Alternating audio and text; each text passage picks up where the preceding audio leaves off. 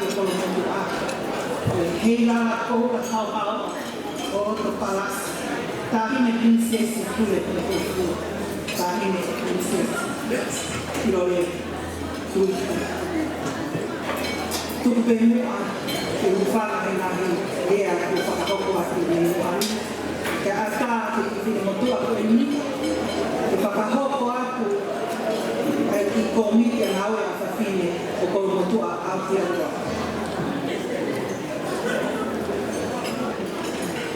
porque matou e família matou a mau ko ini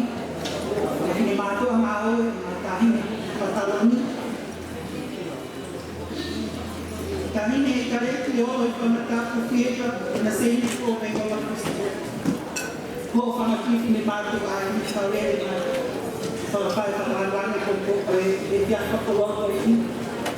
ko aga ki matou ko feita na ke hoko ko ma pataloni I wa no ta fitu e tai ni na ma fa ta ta ko fa ki ma to pe ya u ba ta ma to ki ma ma he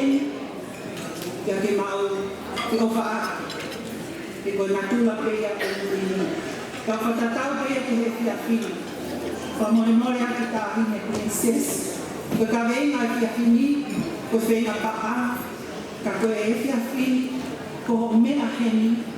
ko kakato ko lo motua ya muy apita ai vinga ko ia ko me a heni ko tau kakato o kani ya prataha a ho pa ina ko kaina ngau e mai te un ko tau ko lo motua ko te pelo tu mo te fare tu ko mo te tu kapal ka te fare ko ya ko ya mahalo na ka ko lo motua ko tau tala te ia que tal faz a tonia e o tua me figuri foi ai ko alto pe fa memore ta ni pataloni tu que vere ato to ato ofa e ti fini mato a toi kataki mo ka kauia ti motor ka paulere mai kiloto te me ato ai ta ni princesi mo kaina o ko ma ka te ao ki fi mo tua sea ko ni na ka ke lava ha mo e ai a ko ni e ko le tiki e mo ko le ha ko e fi a fini o tu ka fa vitai e ko ia ko le atu ki ani dinta ta hi ko tu toa ke sekretari ka Turquia ta ka na Susana Prescotti Taufa pega aquela kisi e piripi pega lo final lo ina fifita o ki motor na o fai na o lagi o tokoni ko mo tu ala o takia mo tu vinga o le fia fini fa maloa murere mai ke tavere o ave ta fini mo tu ata o nga o le reato ta hine fieka motua tahu lunga ya eki nabila karmana dia motua ya total ya tahu fase.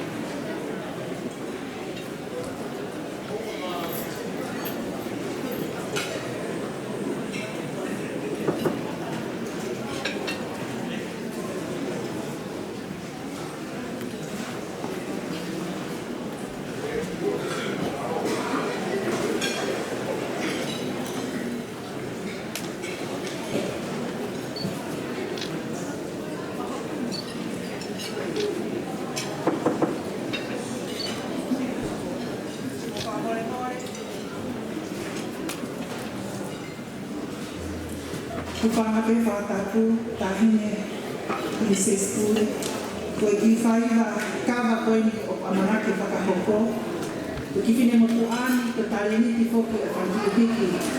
i Lusilani o Kulaka Whaua, na te taha nei maka performance artist. And it's a respect performance interpretation of Kawa as a woman, as the whanua, a gift of love and sacrifice and duty. From love we serve, a gift in remembrance of our ancestors' love. It's Women's Day week. With